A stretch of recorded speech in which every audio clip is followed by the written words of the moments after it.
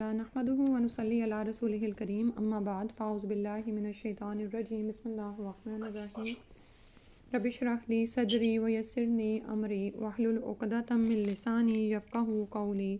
سورہ الحج پارہ نمبر 17 ہے اور آیت نمبر 15 سے انشاءاللہ کرنا ہے۔ آپ لوگ جو بھی آپ کے تفاسیر کے قرآن ہیں وہ آپ کھول لیں اور انشاءاللہ نوٹس لینے کے لیے بھی کچھ ہاتھ میں ہونا چاہیے۔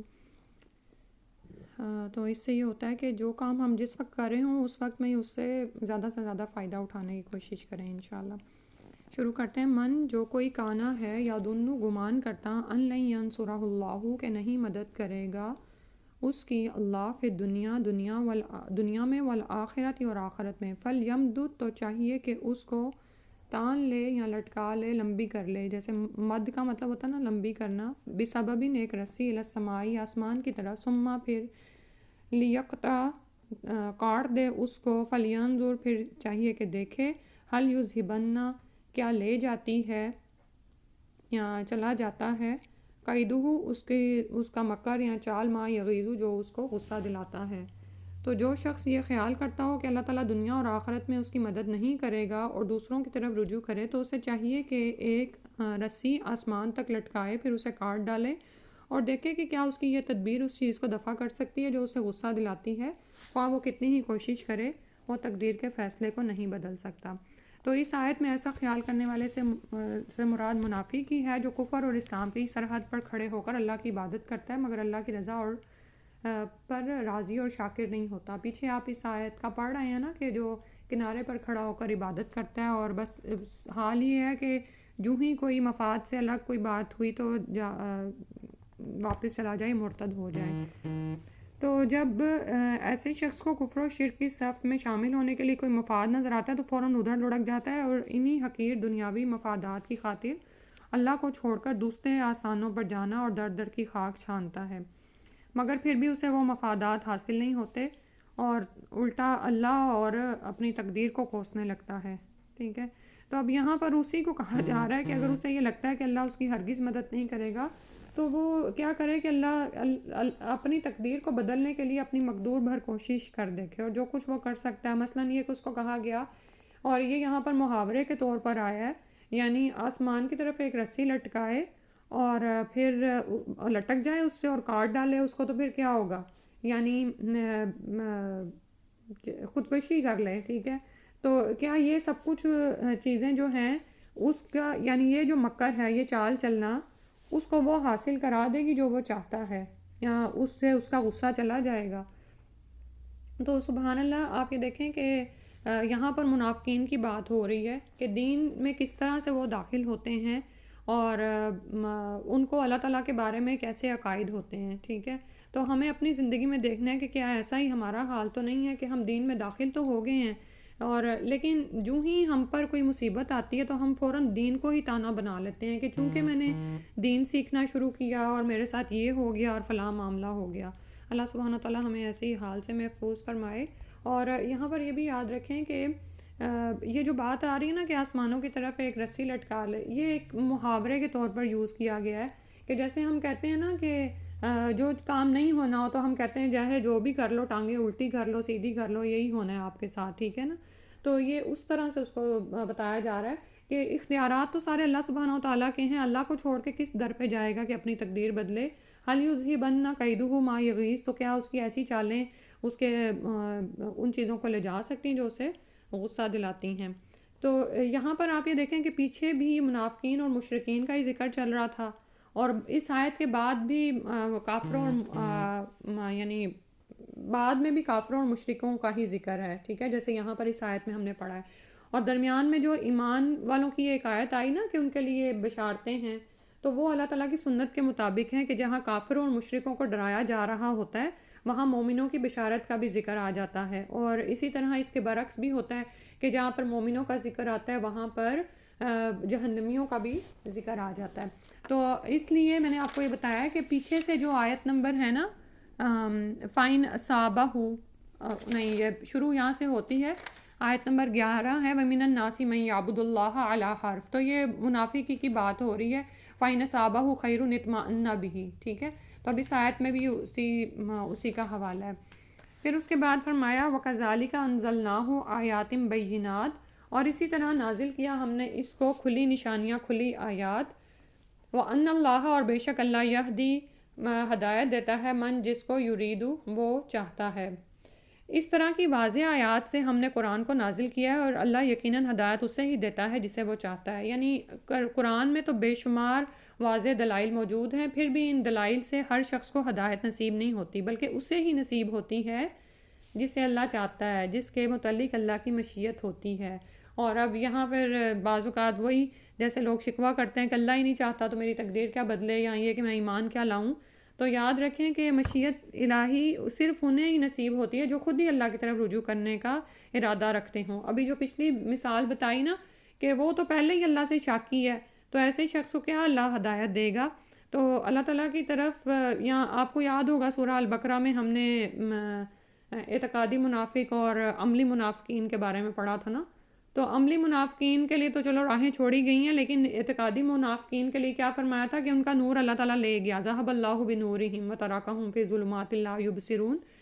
تو یہ نہیں ہوتا کہ اللہ سبحانہ و تعالیٰ، اللہ تعالیٰ نے اپنی طرف نسبت کی ہے، کیونکہ اللہ کی مشیت اور اس کے اذن سے ہی سارے معاملات ہوتے ہیں. لیکن کس کے لیے ایسا ہوتا ہے؟ جو خود بھی خیر کا ارادہ نہیں کرتا، جس نے حق کو دیکھا لیکن اپنی آنکھیں بند کر لیں.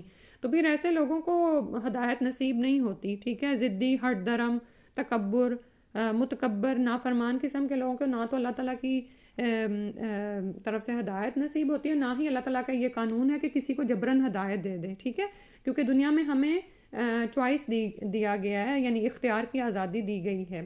پھر اس کے بعد فرمایا ان الذین آمنوا والذین ہادوا، بے شک وہ لوگ جو ایمان لائے اور وہ لوگ جو یہودی ہو گئے، والصابئین، اور صابی، اور جو صابی ہیں، والنصارى، اور جو نصرانہ ہیں، نصارہ ہیں والمجوس، اور جو مجوسی ہیں، والذین اشرکوا، اور وہ لوگ جنہوں نے شرک کیا. ان اللہ، بے شک اللہ تعالیٰ، یفصل، فیصلہ کرے گا، بینہم، ان کے درمیان، یوم القیامت، قیامت کے دن. ان اللہ، بے شک اللہ، علی کل شیء شہید، اوپر ہر چیز پر شاہد ہے، یعنی گواہ ہے.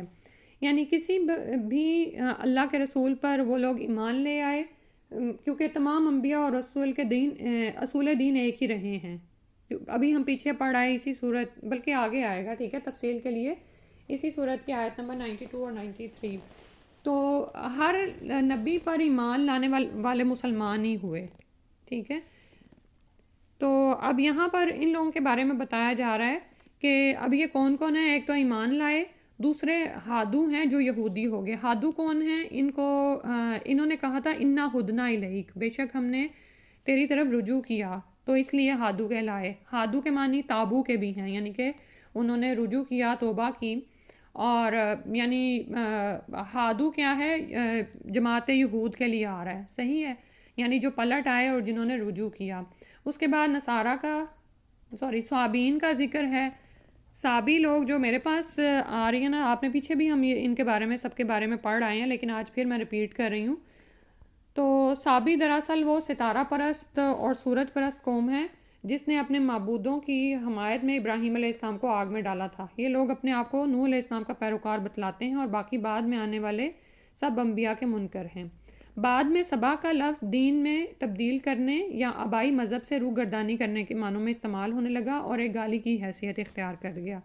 یہ سبا نہیں ہے، سبا ہے، یعنی حمزہ آ رہا ہے اینڈ پہ. ٹھیک ہے، کیونکہ صابی ہے نا، تو صابئین میں بھی آپ یہ دیکھیں کہ اس کا جب واحد نکالیں گے نا تو سبا، یہ یعنی مصدر جب اس کا آئے گا تو سبا کے بعد جو ہے وہ حمزہ آ رہا ہے.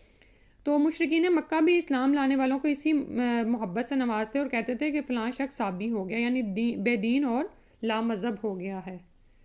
سبحان اللہ. تو اسی طرح یہاں پہ خیر میرے سامنے یہ لکھا ہوا ہے کہ جیسے ہندوستان میں جو اصل دین کی طرف رجوع کر جاتا ہے نا، اس کو وہابی کہنا شروع ہو جاتے ہیں. پھر اس کے بعد نصارہ ہیں. نصارہ سے مراد عیسیٰ علیہ السلام اور ان پر نازل شدہ کتاب انجیل کے پیروکار، اور ان کا نام ابتدا میں ان کا نام ناصری یا گلیلی تھا. عیسیٰ علیہ السلام ناصرہ ضلع الگلیل میں پیدا ہوئے تھے. تو یہود انہیں ایک بدعتی فرقہ، یعنی اب یہود خود کو کیا سمجھتے تھے کہ ہم اصل دین پر ہیں، تو یہ ایک فرقہ نکلا ہے جو بدعتوں پر ہے اور الگ سے ہے. تو وہ انہیں حیثیت سے نا، یعنی ان کے ناصرہ کی طرف نسبت کرتے تھے اس کو. ٹھیک ہے، یعنی شام کے علاقہ ناصرات سے ان کی نسبت کی وجہ سے ان کو نصارہ کہنے جانے لگا.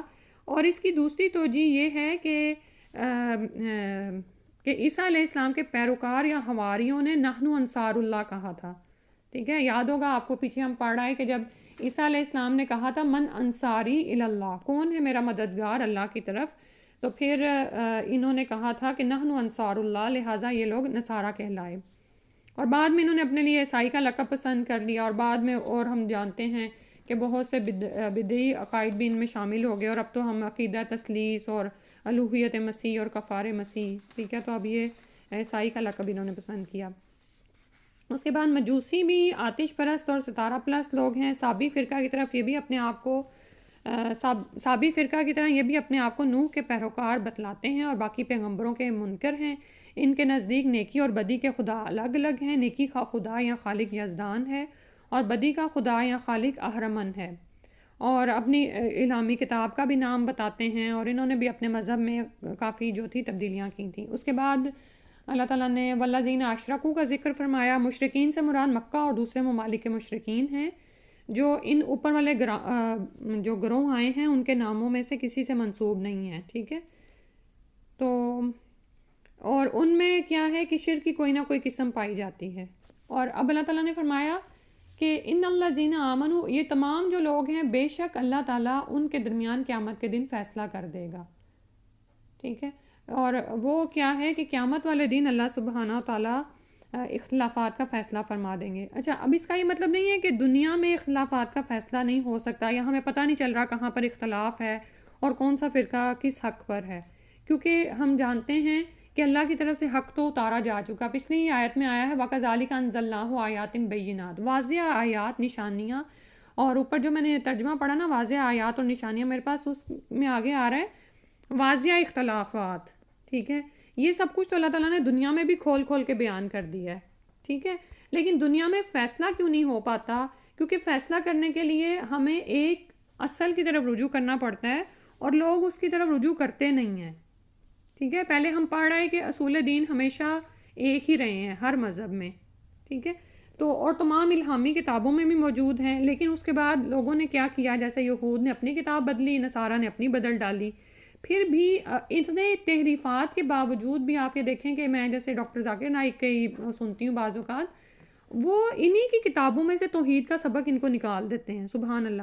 تو اصول دین کا سراغ اس دنیا میں بھی لگایا جا سکتا ہے، اور یہ معلوم کیا جا سکتا ہے کہ فلاں فرقے کا عقیدہ کس حد تک درست ہے. لیکن مسئلہ کیا ہے کہ یہاں پر کوئی فرقہ مذہبی تعصب کی بنا پر حق کو تسلیم کرنے پر آمادہ نہیں ہوتا، کیونکہ دنیا میں اختیار کی آزادی دی گئی ہے نا.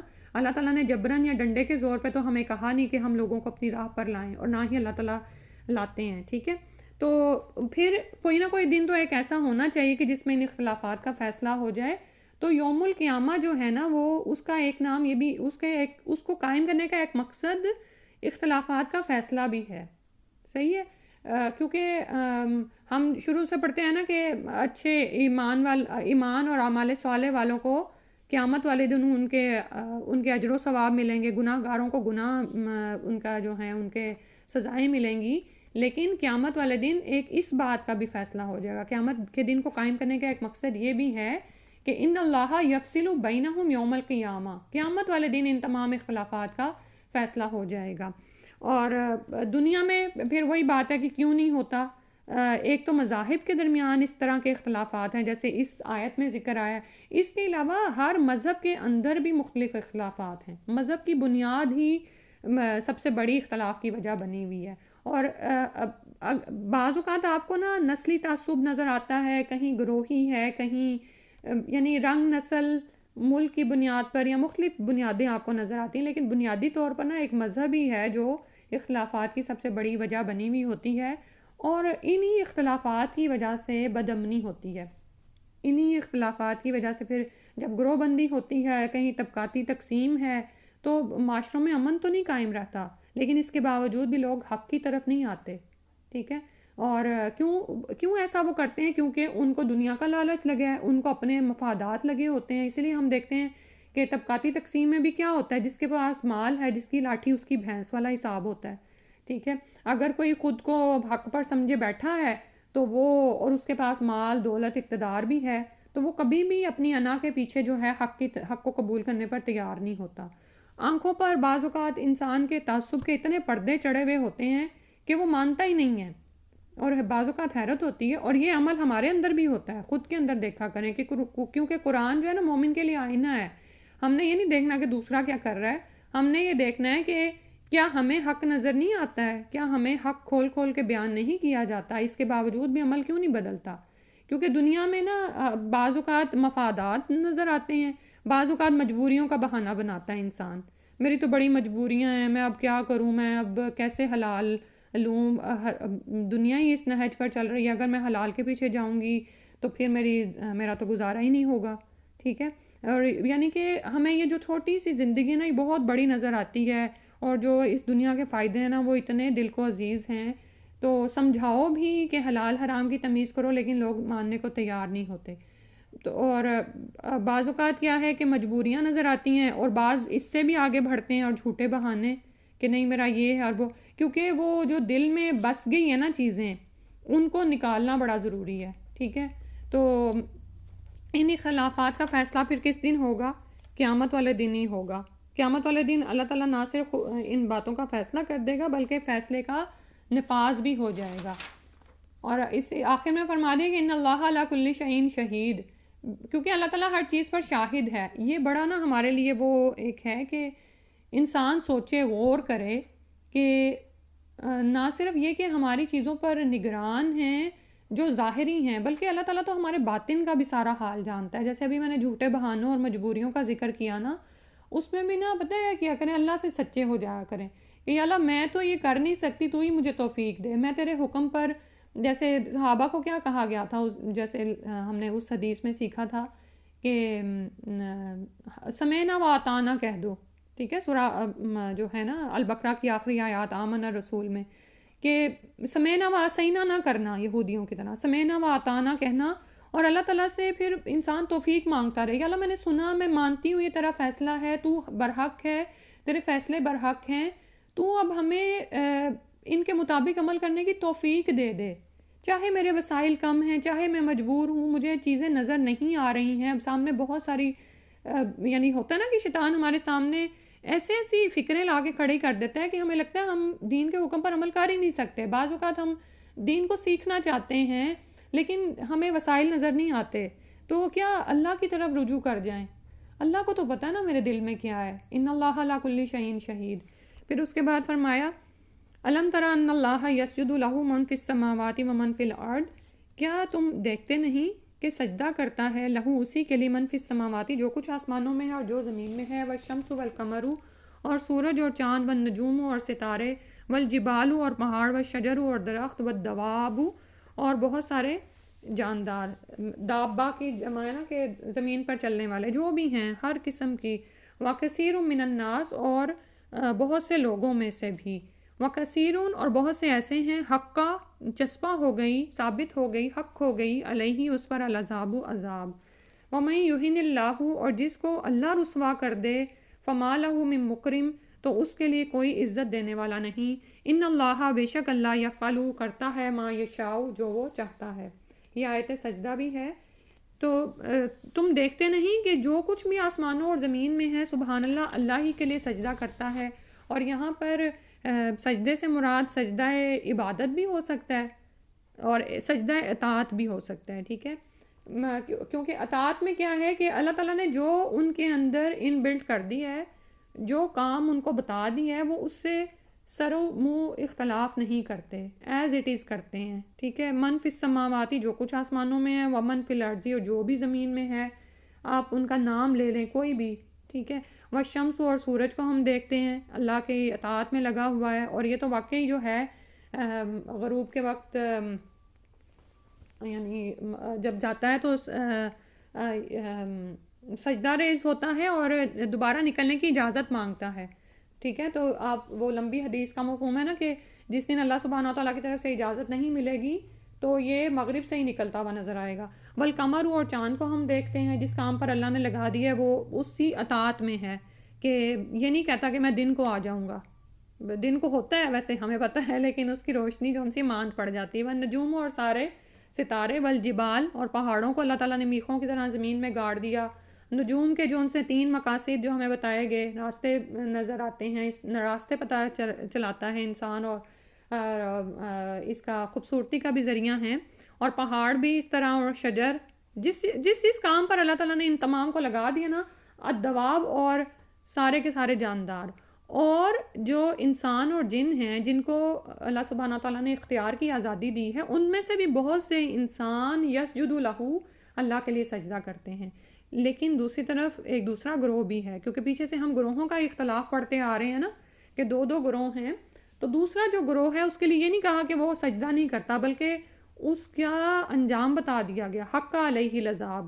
تو مطلب کیا ہوا کہ جو اللہ کے آگے سجدہ ریز نہیں ہیں، جو اللہ کی اطاعت نہیں کرتے، وہ سارے کے سارے کیا ہوئے، لعنت کے مستحق ٹھہرے، تو ان پر چسپاں ہو گیا عذاب۔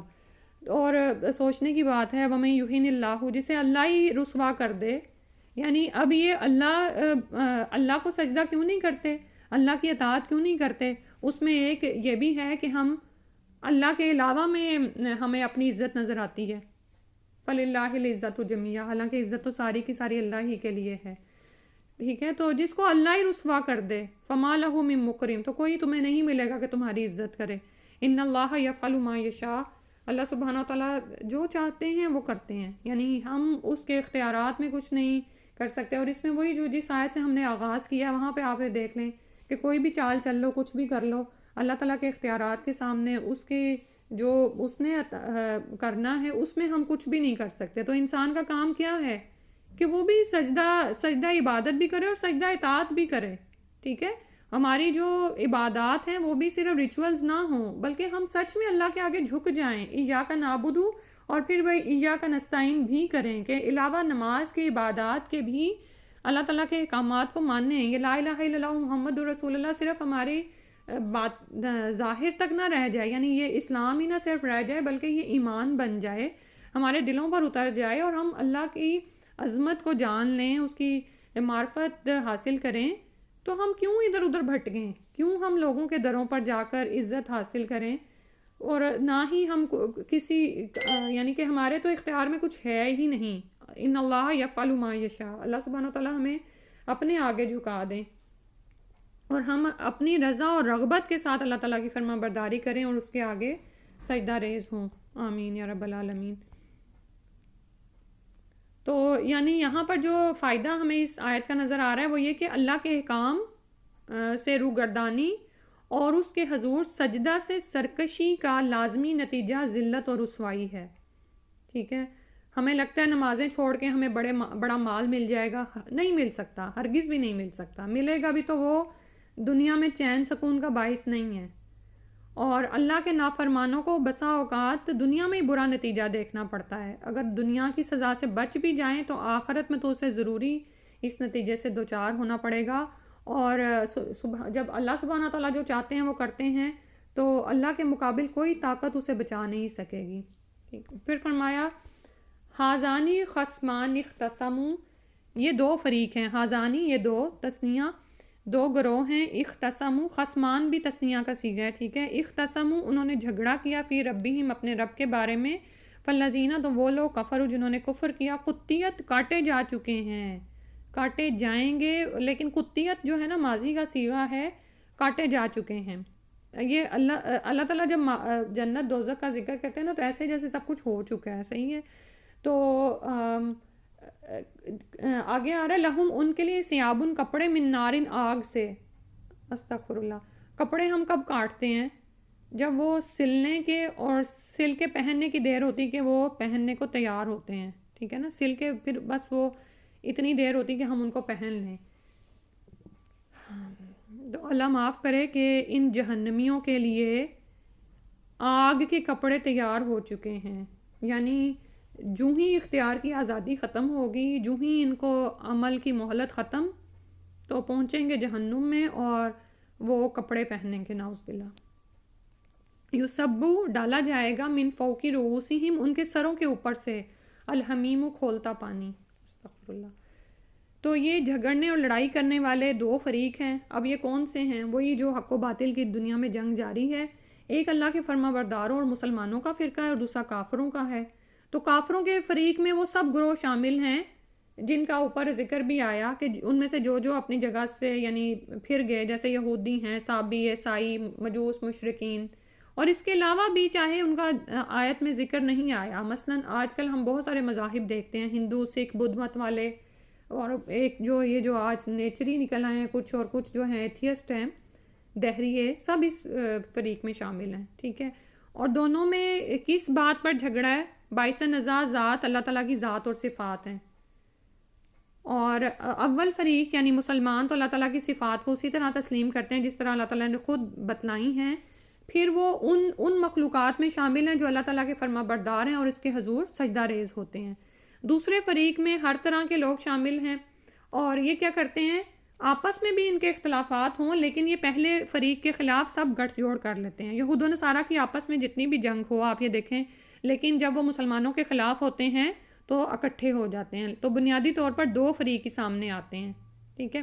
اور پھر یہ بعض اوقات یہ نظریاتی جنگ ہوتی ہے، بحث و مباحثہ میں، مناظرہ میں ایک دوسرے کے مد و مقابل بنتے ہیں، بعض اوقات پھر یہ جنگ و جدال پر اتر آتے ہیں، صحیح ہے۔ تو آپ یہاں پر آپ یہ دیکھیں کہ اگر آپ کو ظاہری جنگ نظر نہیں آتی جیسے دنیا کے بہت سے مسلمان ممالک میں جاری ہے، لیکن یہاں پر نظریاتی جنگ تو ہے جس کا شکار ہمارے بچے ہیں، ٹھیک ہے۔ حاذان خصمان اختصموا، اور ہو سکتا ہے آپ بھی کسی حد تک ہوں، آپ کسی جگہ جاب کرتی ہوں، آپ نے کسی کو دعوت دی ہو، کسی عیسائی کو ہی، تو آپ کے ساتھ کیا ہوا ہو، ٹھیک ہے۔ تو اور اس لیے اس میں جو ہے نا حضرت علی کا، یہاں پہ میں ایک حدیث پڑھ دیتی ہوں۔ قیس بن عباد کہتے ہیں کہ سیدنا علی رضی اللہ عنہ نے فرمایا، قیامت کے دن میں سب سے پہلے پروردگار کے سامنے دو ظالموں بیٹھ کر اپنا مقدمہ پیش کروں گا، یعنی گھٹنوں کے بل۔ قیس کہتے ہیں کہ یہ آیت ان لوگوں کے سلسلہ میں اتری جو بدر کے دن مبارزت کے لیے نکلے تھے۔ مبارزت مطلب آمنے سامنے آئے تھے، جنگ کے لیے نکلے تھے، یعنی مسلمانوں کی طرف سے علی رضی اللہ عنہ، حمزہ رضی اللہ عنہ اور عبیدہ رضی اللہ عنہ بن حارث، اور کافروں کی طرف سے شیبہ بن ربیعہ، عتبہ بن ربیعہ اور ولید بن عتبہ۔ بخاری کتاب و تفسیر کی یہ روایت ہے، یعنی یہ آیت ان کے حق میں اتری۔ تو یہ دو فریق ہیں، اور ہم جانتے ہیں پھر بدر کے میدان میں کیا ہوا تھا۔ یہ ایک میرے سامنے پورا واقعہ لکھا ہوا ہے، انشاءاللہ اگر آپ لوگوں کو بھی وقت ملے تو تفسیر کی کتابوں سے اس کا پڑھیے گا۔ بدر میں دعوت مبارزت جب دی تھی نا، ٹھیک ہے، تو کیونکہ دو بدو جنگیں ہوتی تھیں نا، تو مسلمانوں کی طرف سے اور کافروں کی طرف سے دونوں طرف سے نکلے تھے لوگ، صحیح ہے۔ تو اب اللہ سبحانہ تعالیٰ ان کا بھی وہاں پر فیصلہ کر دیں گے۔ یہ وہاں پر جو دنیا میں بھی ہم نے دیکھا کہ بدر میں مسلمان مجاہدین کو فتح حاصل ہوئی تھی، لیکن اس کے ساتھ ساتھ ہمارے کچھ شہداء بھی تھے، چاہے چند ہی تھے، تو اللہ سبحانہ تعالیٰ کے سامنے ان اختلافات کا بھی فیصلہ ہو جائے گا، اور ساتھ ہی یہاں پر ان کے لیے عبرتناک سزا بھی بتا دی گئی کہ ان کے لیے آگ کے کپڑے تیار ہیں، کٹے اور کاٹے جا چکے ہیں، اور بس وہ یعنی، اور دیکھیں نا سائز کے مطابق چیز کٹتی ہے نا، جیسے آپ کسی فنکشن کے لیے چیز تیار کرتے ہیں یا عید پہ کے موقع پر، تو کیا ہوتا ہے کپڑے آپ اپنے لیے کاٹتے ہیں نا کہ پہنے، تو نعوذ باللہ، یعنی یہ استغفر اللہ، یہ بالکل تیاری کی طرف اشارہ ہے، اور ان کے سروں کے اوپر سے گرم کھولتا ہوا پانی ڈالا جائے گا۔ اور عموماً آپ دیکھیں گے کہ جو آخرت کی سزائیں ہیں نا، وہ دنیا کے اعمال سے ایک متعلق ہوتی ہیں، نسبت رکھتی ہیں، کہ دنیا میں ان لوگوں کا معاملہ کیا تھا، غرور، تکبر، انا، اور یہ سب کچھ کہاں پہ بھرا ہوا ہوتا ہے؟ سر میں، دماغ میں سمایا ہوا ہوتا ہے نا، تو اسی دماغ کے اوپر ڈالا جائے گا کہ چکھ پھر اس عذاب کو کہ تو بڑا کریم بنتا تھا دنیا میں۔ یہ جو ہم جھوٹی عزت ہوتی ہے نا ہمارے دماغ میں ہی ہوتی ہے کہ ہم بڑے کریم ہیں اور یہ ہیں، تو یصب من فوق رؤوسہم الحمیم۔ اور آپ یہ دیکھیں کہ یہ جو ہم سجدے میں سر ڈال دیتے ہیں نا، جیسے پیچھے سجدے کا ذکر آیا، تو آپ یہ دیکھیں کہ جو بھی آپ کے ایسے باغی سرکش خیالات اور وہ سارا کچھ ہوتا ہے نا، وہ سارا کچھ یعنی ماتھے میں جب خون سمٹتا ہے نا، تو سب کچھ آپ اللہ کے سامنے رکھ دیتے ہیں۔ اسی لیے پتہ کیا ہوتا ہے، سجدے میں انسان رب کے سب سے زیادہ قریب ہوتا ہے، کیونکہ وہ جو شیطان کی طرف سے اتنے منفی خیالات اور وہ سارا کچھ آ رہا ہوتا ہے نا، وہ سارا جو ہے نا وہ سمجھے نکل جاتا ہے آپ کے اور رب کے مابین۔ اب کوئی یعنی کہ مزید اب کچھ نہیں رہ گیا کہ آپ قریب ہو گئے ہیں۔ اس کیفیت کو محسوس کیا کریں، اور پھر لیکن اس کیفیت تک پہنچنے کی کوشش تو ہمیں خود کرنی ہے نا۔ مثلا آپ کا کسی سے جھگڑا ہو گیا، اب ایک تو یہ ہے کہ جھگڑا کرنے کے بعد آپ نے کسی کو فون اٹھایا، اس کی خوب غیبتیں کیں کیونکہ آپ کا اس پہ بس نہیں چلا تھا۔ ایک تو یہ ہوتا ہے کہ منہ پر ہی آپ نے خوب اس کو سنا دی لان تان کر دیا. دوسرا یہ ہے کہ اب آپ نے دل کے پھپھولے تو پھوڑنے تھے، وہ آپ نے کسی کو فون کیا اور اس کو کہہ دیے.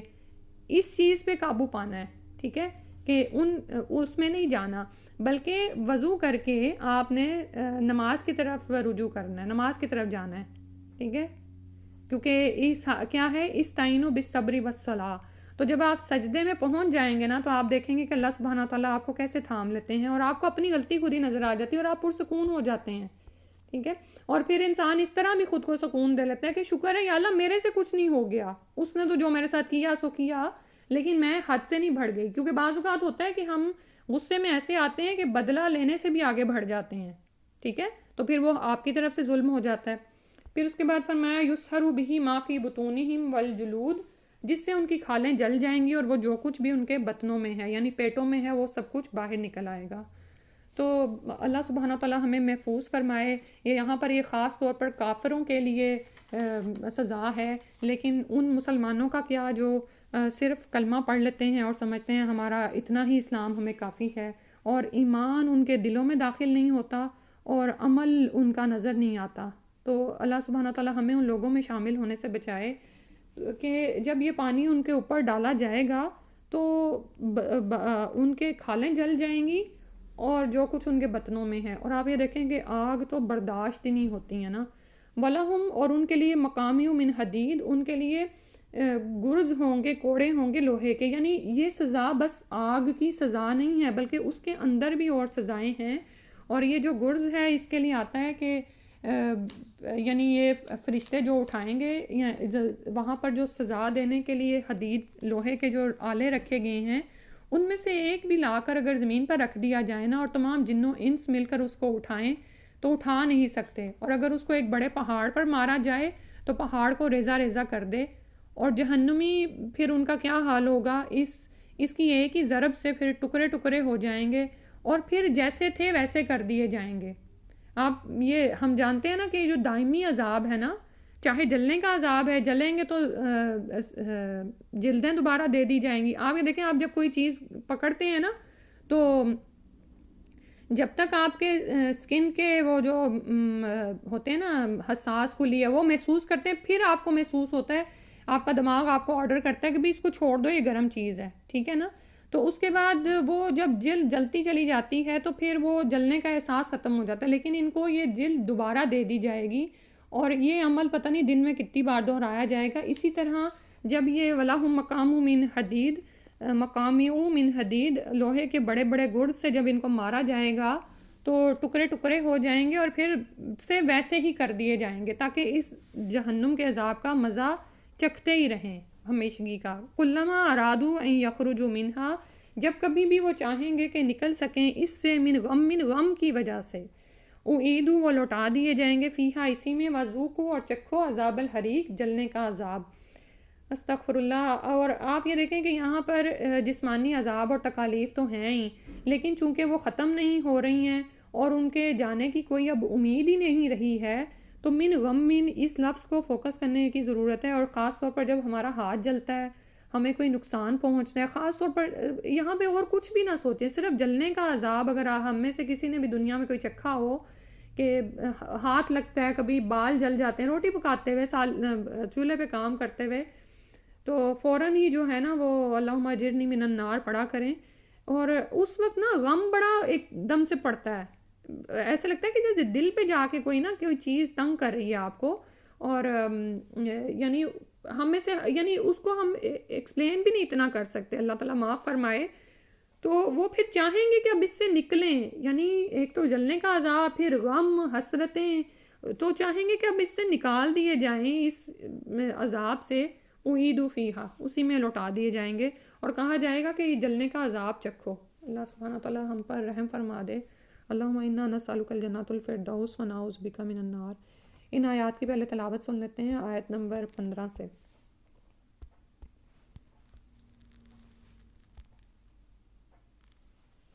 بسم اللہ الرحمن الرحیم. من كان يظن أن لن ينصره الله في الدنيا والآخرة فليمدد بسبب إلى السماء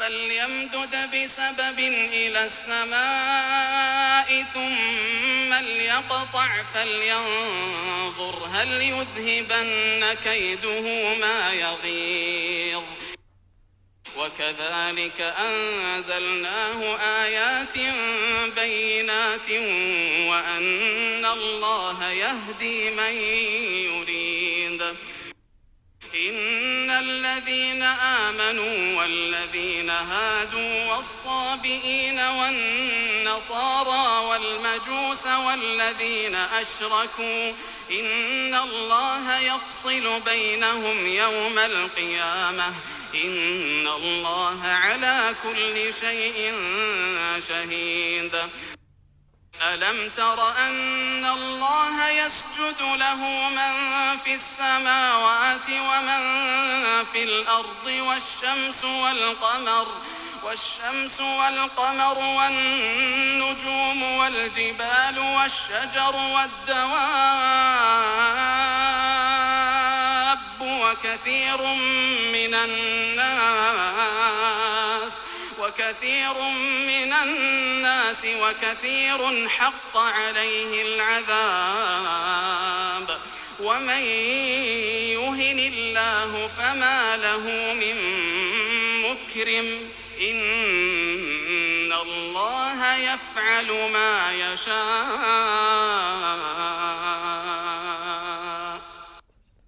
هذان خصمان اختصموا في ربهم فالذين كفروا قطعت لهم ثياب من نار يصب من فوق رؤوسهم الحميم يصهر به ما في بطونهم والجلود ولهم مقامع من حديد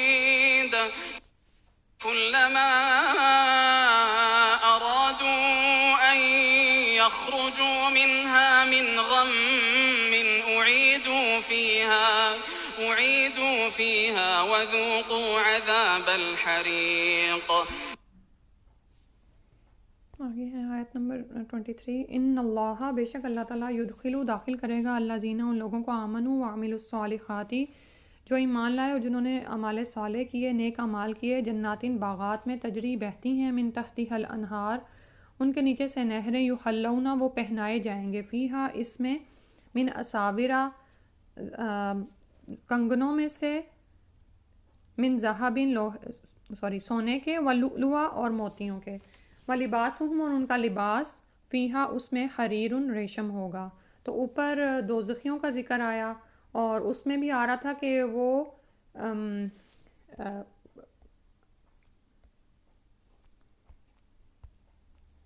ان کو بھی کیا جائے گا. ایک سیکنڈ. ہاں ان کے لیے کاٹے جا چکے ہیں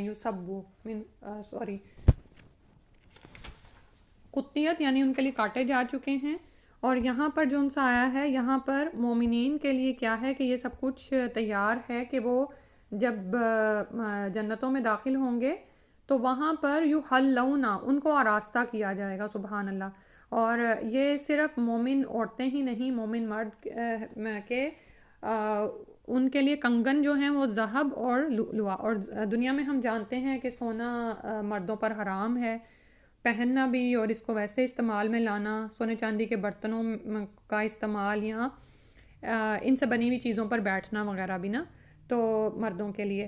تو لیکن یہ ہے کہ سبحان اللہ وہاں پر یہ اس سے آراستہ کیے جائیں گے. ٹھیک ہے. ایک تو یہ ہوتا ہے نا کہ آپ خود سے بہت ساری چیزیں پہنتے ہیں خود کو آراستہ کرتے ہیں لیکن یہ ان کی عزت اور تکریم ہے. جیسے کوئی دلہن ہوتی ہے نا اس کو ساری اس کی سہیلیاں مل کے آراستہ کر رہی ہوتی ہیں. اور یہ کون لوگ ہیں؟ آمنوا وعملوا الصالحات. ایمان اور اعمال صالح دونوں کا ذکر بار بار اکٹھا آتا ہے. تو اسلام میں داخل ہونے کے بعد اپنے ایمان کو چیک کرتے رہا کریں کہ میرا اللہ سے تعلق کیسا ہے ایمان کے ارکان جو ہے ان پر میرا اعتقاد کیسا ہے.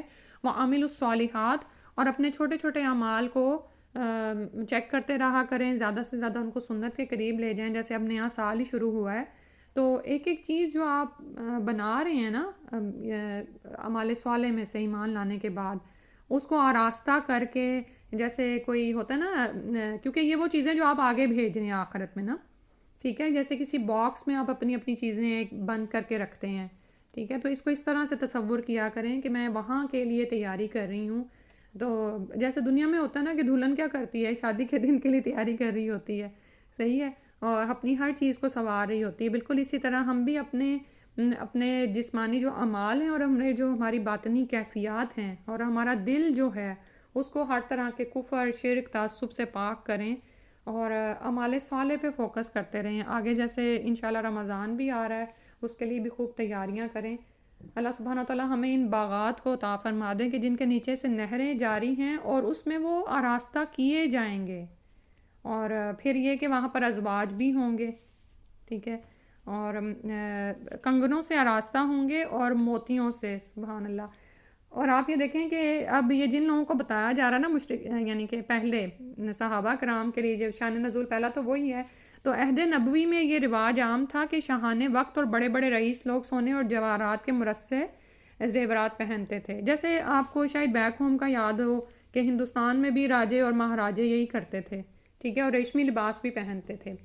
تو اب وہاں پر کیا ہو رہا تھا کہ جو اسلام لائے تھے وہ زیادہ تر غریب غربا تھے، اور پھر اسلام لا کے جو تکالیف سہنی پڑ رہی تھی، تو وہاں پر آپ یہ دیکھیں کہ پھر جب ایسی آیتیں سنائی جاتی ہیں تو انسان واقعی اس کے لیے تگ و دو کرتا ہے کہ نہیں، مجھے جمنا ہے ایمان پر اور اعمال صالح کی طرف دوڑ لگانی ہے، کہ وہاں پر جنتوں میں تو وہ عیش و آرام اور راحت ہے جس کا کوئی انسان تصور بھی نہیں کر سکتا، اور دنیا میں ہم ان کو سمجھا بھی نہیں سکتے، سبحان اللہ.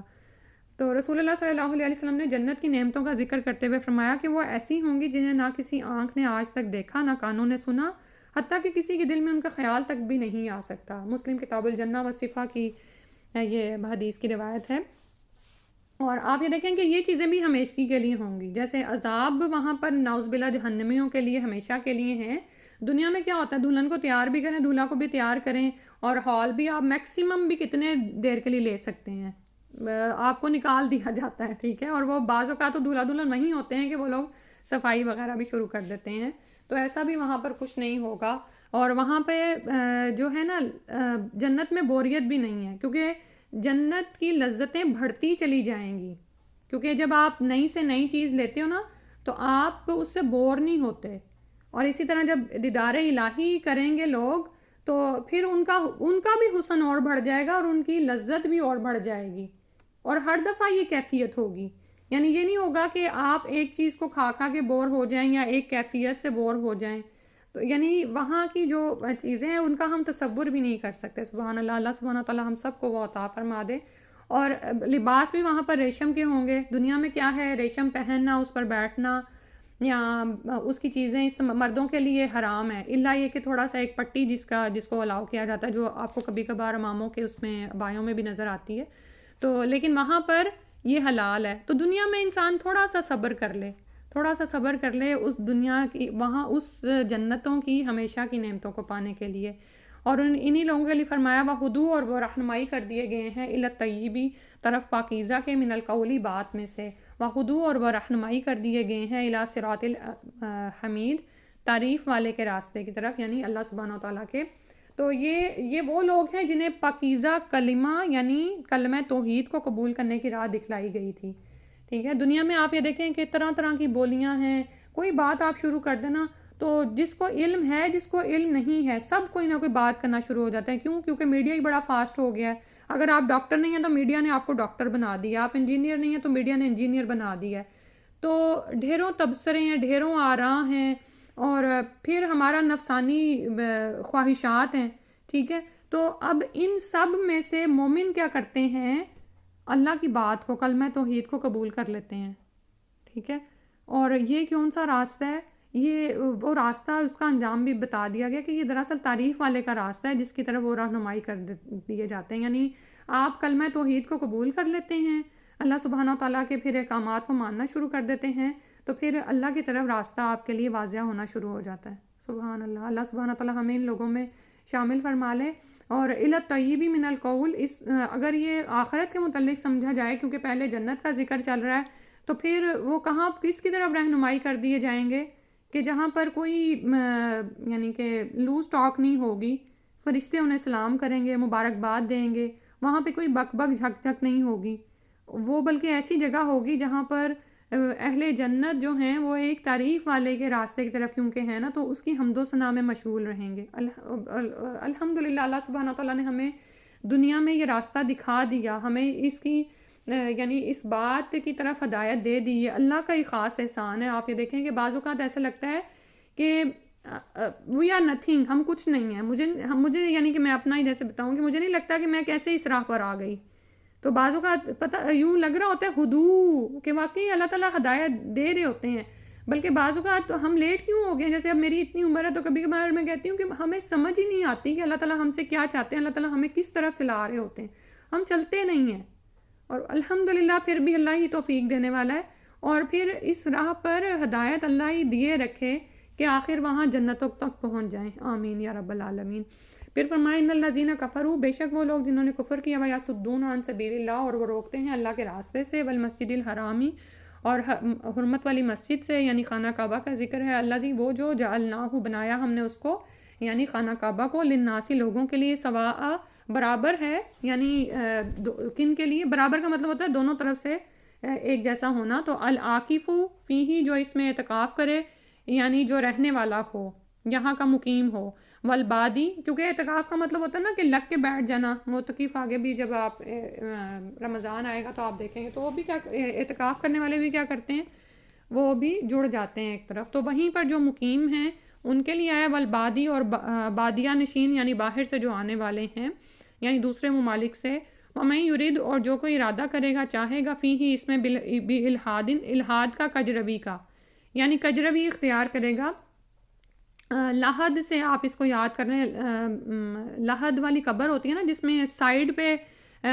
قبر کھودی جاتی ہے، اور جہاں سے آپ ڈگنگ کرتے ہیں نا وہاں پہ نیچے تک قبر نہیں ہوتی، بلکہ بغلی ایک دروازہ سا ہوتا ہے جہاں سے میت کو اندر رکھا جاتا ہے، تو اسی طرح الحاد یعنی کجروی اختیار کرنا، راستے سے ہٹ جانا، اور ایک تو ہوتا ہے نا دین سے جیسے الحاد کر لینا، تو اسی طرح جو اس میں الحاد کا ارادہ کرے گا بظلم، ظلم کے ساتھ، نذقہ ہم چکھائیں گے اس کو، من عذاب علیم، دردناک عذاب میں سے۔ اور یہاں پر کن کا فرمایا جا رہا ہے، ان الذین کفروا یصدون عن سبیل اللہ، کفار مکہ کا، انہوں نے کیا کیا ہوا تھا، مسلمانوں پر پابندیاں لگائی ہوئی تھیں کہ نہ تو وہ بیت اللہ کا طواف کر سکتے تھے، نہ وہ وہاں پر نماز ادا کر سکتے تھے، نہ حج عمرہ کے ارکان ادا کر سکتے تھے، ٹھیک ہے، اور خود بھی کافر اور مشرک تھے، اور کعبہ کو بھی بتوں کی نجاست سے بھر رکھا تھا، اور توحید پرستوں کے لیے ساری راستے مسدود کر رکھے تھے، یعنی بند کیے ہوئے تھے، جیسے ہم جانتے ہیں کہ 1400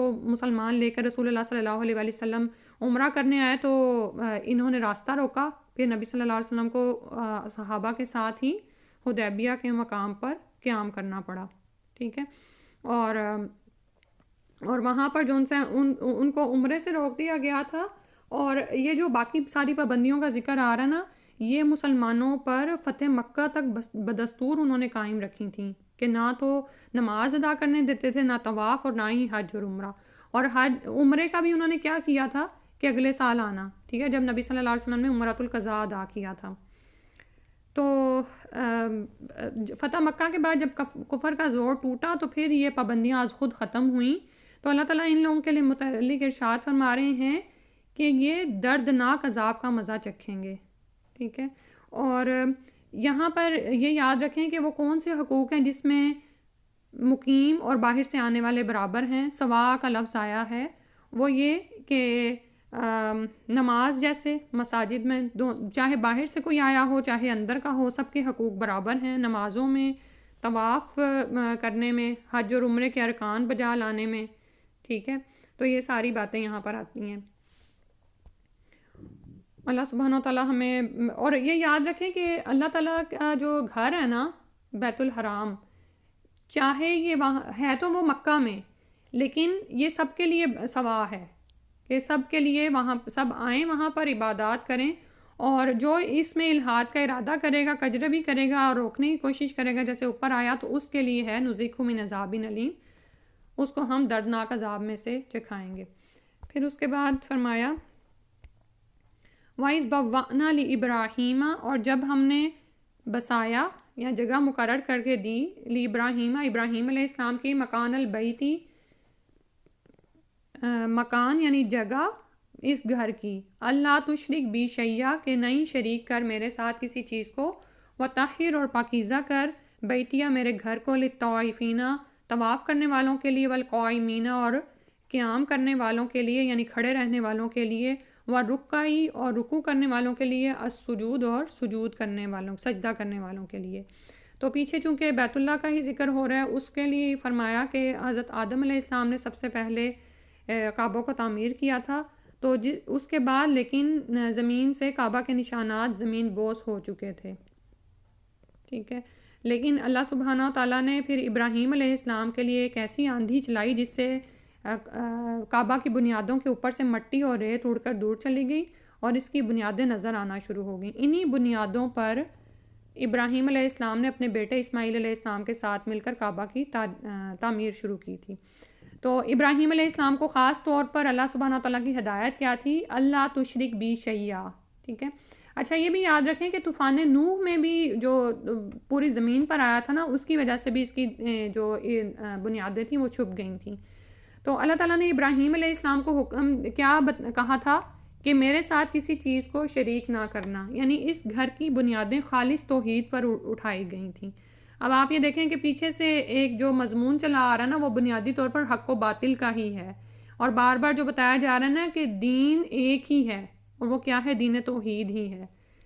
اور وطہر بیتیہ للطائفین، اچھا اللہ تشرک بی شیئا کہ میرے ساتھ کسی کو شریک نہ کرنا، یعنی توحید کے علاوہ کوئی دین یہاں پر نہ ہو، یعنی یہاں پر اللہ کی عبادت کے علاوہ کوئی مشرکانہ رسوم نہیں ہوں گی جو کہ مشرکین مکہ نے کر رکھی تھیں۔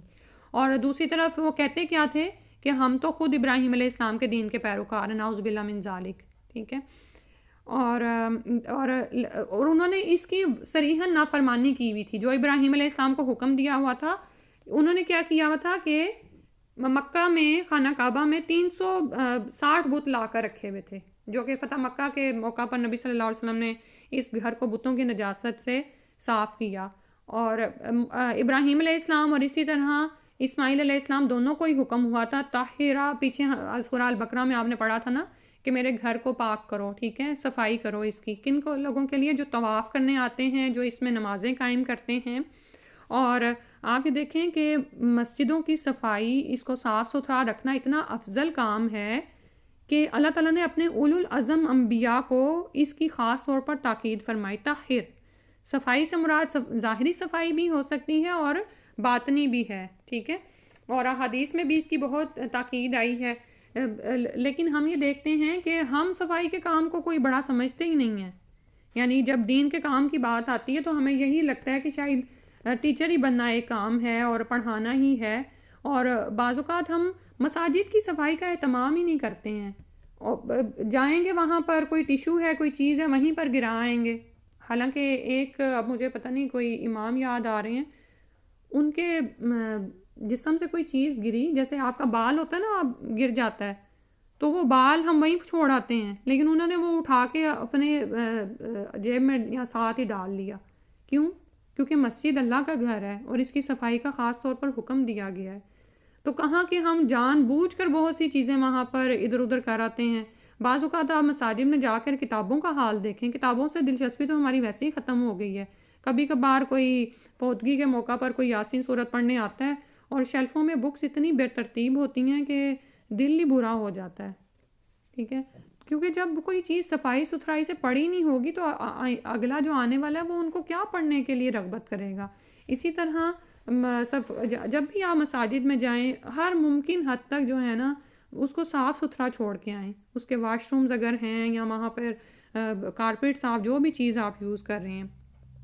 اور پھر باطنی صفائی کیا ہے کہ وہاں پر اللہ کے سوا کسی دوسرے کو نہ پکارا جائے۔ کہاں کہ ہم بیت اللہ شریف دونوں حرمین کو نہیں چھوڑتے اور وہاں پر سیلفیاں اور یعنی کہ بعض اوقات موبائل بھی بج رہے ہیں اور بعض اوقات تصویریں، یہ سب کچھ وہاں پر نعوذ باللہ اب میں نے سنا ہے کہ پابندی لگا دی گئی ہے۔ تو اللہ کے سوا وہاں پر دوسروں کو نہ پکاریں، اللہ کے علاوہ اپنے پیاروں کا ذکر جیسے مشرکین مکہ کرتے تھے بلند آواز سے، اور ان کی کرامات بیان کرنا شروع ہو جاتے تھے حج کے موقع پر بھی، تو ان سب سے بھی انسان رکے، کیونکہ اللہ کے گھر صرف اللہ کی عبادت کے لیے ہیں، اور یہاں پر تو خاص طور پر بیت اللہ کا ذکر ہے۔ اللہ سبحانہ تعالیٰ ہمیں اس بات کی ہدایت عطا فرما دے۔ ایک دو آیتیں اور کر لیتے ہیں۔ وَأَذِّن فِي النَّاسِ بِالْحَجِّ، اور اعلان کر دو، یہ اعلان بھی ابراہیم علیہ السلام کو ہی کہا جا رہا ہے کہ اعلان کر دو لوگوں میں حج کا، یا تو کا رجالن کہ وہ آئیں تیرے پاس پیدل، وعلا اور اوپر کلی دامرن ہر لاغر اونٹ کے، یا تینا آئیں گے من کلی فجن عمیق، من سے کلی ہر فجن کشادہ، عمیقن راست گہری جو بھی چیز ہوتی ہے نا وہ آپ ہی دیکھیں گے دور ہوتی ہے نا، یعنی آپ گہرائی سے کوئی چیز نکالنی ہو تو وہ آپ کو اس میں ایفرٹس لگتی ہیں۔ تو عمیقن کا مطلب پھر کیا ہے کہ دور دراز کے راستوں سے پیدل آئیں یا سوار ہو کر آئیں۔ تو جب کعبہ کی تعمیر ہو گئی تو اللہ تعالیٰ نے ابراہیم علیہ السلام کو حکم دیا کہ لوگوں میں اعلان عام کر دو، اذن فی الناس، کہ وہ حج کے لیے یہاں آئیں۔ تو ابراہیم علیہ السلام کہنے لگے یہاں میری آواز کون سنے گا؟ اللہ تعالیٰ نے فرمایا تم اعلان کر دو، آواز پہنچا دینا میرا کام ہے۔ چنانچہ ابراہیم علیہ السلام نے ایک پہاڑ پر کھڑے ہو کر زور سے آواز دی، جبل ابی قبیس آتا ہے اس پہاڑ کا نام، کہ لوگوں اللہ نے تم پر حج فرض کیا ہے لہٰذا حج کو آؤ۔ اور اللہ نے یہ آواز ہر اس شخص اور اس روح تک پہنچا دی جس کے لیے حج مقدر تھا، اور اس کی روح نے اس اعلان پر لبیک کہا۔ اور ہم دیکھتے ہیں کہ سبحان اللہ اس لبیک، اور وہ اس پکار کا ہی جواب ہم لبیک میں دیتے ہیں، لبیک اللہم لبیک، ٹھیک ہے۔ جیسے اذان کی پکار کا جواب کیا ہوتا ہے کہ نماز ہوتی ہے نا، ٹھیک ہے، اقامت کے بعد پھر آپ نماز قائم کرتے ہیں۔ تو جس روح نے اس پر لبیک کہا تھا وہ پھر وہ حج پہ پہنچ جاتی ہے۔ اور ہم دیکھتے ہیں کہ بعض اوقات وسائل نہیں ہوتے، کوئی راستے سمجھ نہیں آ رہے ہوتے، لیکن اللہ تعالیٰ نے جس کو بلانا ہوتا ہے، جس نے وہاں پر وہ لبیک کہا تھا وہ وہاں پر پہنچتا ہے، ٹھیک ہے، چاہے وہ عمرے پہ جا رہا ہو چاہے حج پر جا رہا ہو، ٹھیک ہے۔ اور اس کو آپ سائنسی توجیہ بھی آپ سمجھ سکتے ہیں کہ جیسے اب سائنس ہی آپ کو یہ پروف کر کے بتا رہی نا کہ انسان اتنا سبحان اللہ وہ یعنی ترقی کر چکا ہے کہ وہ ماضی میں بھی داخل ہونے کی سوچ رہا ہے اور مستقبل میں بھی جانے کی سوچ رہا ہے۔ تو یہ اللہ سبحانہ تعالیٰ کی قدرت ہے کہ ابراہیم علیہ السلام نے جو وہ پہاڑ پر کھڑے ہو کر آواز دی تو قیامت تک جن لوگوں نے اس کو لبیک کہنا تھا انہوں نے پکارا اس وہاں پر، یعنی ان کی روحوں یا تو وہ پھر اثرات فضا میں ہی مرتب ہو گئے، اور جن روحوں نے لبیک پکارا وہ پھر اس کے مطابق وہاں پر حج کرنے پہنچ جاتی ہیں۔ اور پھر یہ ہے کہ دامرین علی کل دامرین، یعنی چاہے وہ سوار ہوں چاہے پھر پیدل جائیں، اور پیدل بھی آج سے میرا خیال ہے 20-25 سال پہلے بھی سننے میں آیا کہ، اور ابھی بھی ظاہر ہے وہاں پہ جو بھی رہنے والے ہیں، حالانکہ اتنی سواریاں ہو گئی ہیں لیکن بہت سے لوگ جو بھی وہاں تک پہنچ سکتے ہیں آتے ہیں۔ کچھ لوگ ایسے ہیں، کچھ علاقے ایسے ہیں کہ وہاں سے 4-6 مہینے پہلے ہی لوگ حج کے لیے سفر کرنا شروع کر دیتے ہیں۔ سبحان اللہ، ایک سیکنڈ میں دیکھ لوں آیتیں۔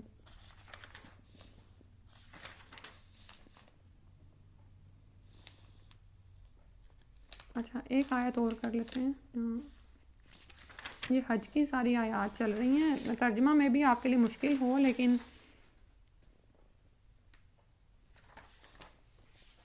کیا خیال ہے صبا، 2 کر لیں اور ٹھیک ہے۔ آیت نمبر 23 سے پھر انشاءاللہ تلاوت سن لیتے ہیں۔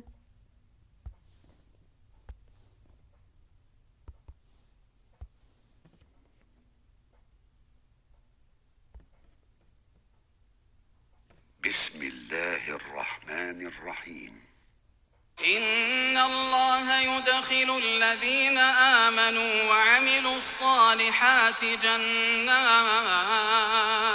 جنات تجري من تحتها الأنهار يحلون فيها من أساور من ذهب ولؤلؤا ولباسهم فيها حرير وهدوا إلى الطيب من القول وهدوا إلى صراط الحميد إن الذين كفروا ويصدون عن سبيل الله والمسجد الحرام الذي جعلناه للناس سواء العاكف فيه والباد ومن يرد فيه بإلحاد بظلم نذقه من عذاب أليم. إذ بوأنا لإبراهيم مكان البيت ألا تشرك بي شيئا وطهر بيتي للطائفين والقائمين والركع السجود وأذن في الناس بالحج يأتوك رجالا وعلى كل ضامر يأتين من كل فج عميق. سبحانک اللہم و بحمدک اشہد ان لا الہ الا انت استغفرک و اتوب الیک. السلام علیکم و رحمۃ اللہ.